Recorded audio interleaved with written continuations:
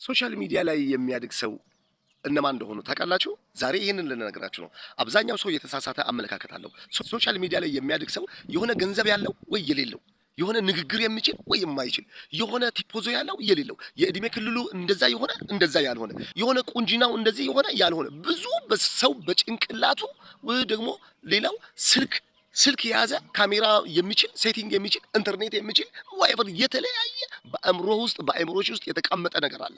እሱ ውሸት ነው እህቴ፣ እሱ ውሸት ነው ወንድሜ። ሶሻል ሚዲያ ላይ የሚያድግ ሰው በቅድሚያ ራሱን የተቀበለ ሰው ነው። በቅድሚያ ራሱን ያከበረ ሰው ነው። እኔም ለዚህ ምድር የማዋጣው ነገር አለኝ፣ እኔንም የሚቀበለኝ ሰው አለ። በአጠገቤ በዙሪያ ያሉ ጓደኛ ወይም የሆነ በዙሪያ ያለ ሰው ባይቀበል እኔን የሚቀበል ማህበረሰብ አለ። የኔም ሐሳብ ለዚህ ዓለም ግንባታ አስተዋጽኦ ያደርጋል ብሎ የሚያስብ ጀግና ሰው እሱ ሶሻል ሚዲያ ላይ ያደርጋል። አንተስ በዙሪያ ያለ የማይቀበል ሰው ካለ እስኪ ውጣ፣ ሶሻል ሚዲያ ላይ ሐሳብን አንሸራሽር፣ ሶሻል ሚዲያ ላይ ተናገር። ሰው እንደሚቀበልና እንደማይቀበል የዛኔ ታያለህ። እስኪ ኮሜንት ላይ ንገረኝ። ራሴን እቀበላለሁ ባል ሲደመር ምልክትን ከነካ ሁሌም እንደዚያ ጠቃሚ መልእክት ይመጣልሃል። የልብ ቅርጹን አብራ ቪዲዮን ላይክ አደረክ ማለት ነው። ፌቨራይት ውስጥ አስቀምጥ፣ ሴቭ አድርገው፣ ሼር፣ ኮፒ ሊንክ፣ ሪፖስት ለወዳጅ ዘመዶች አድርግ። በኔክስት ቪዲዮ እንገናኝ። ቴንክ ዩ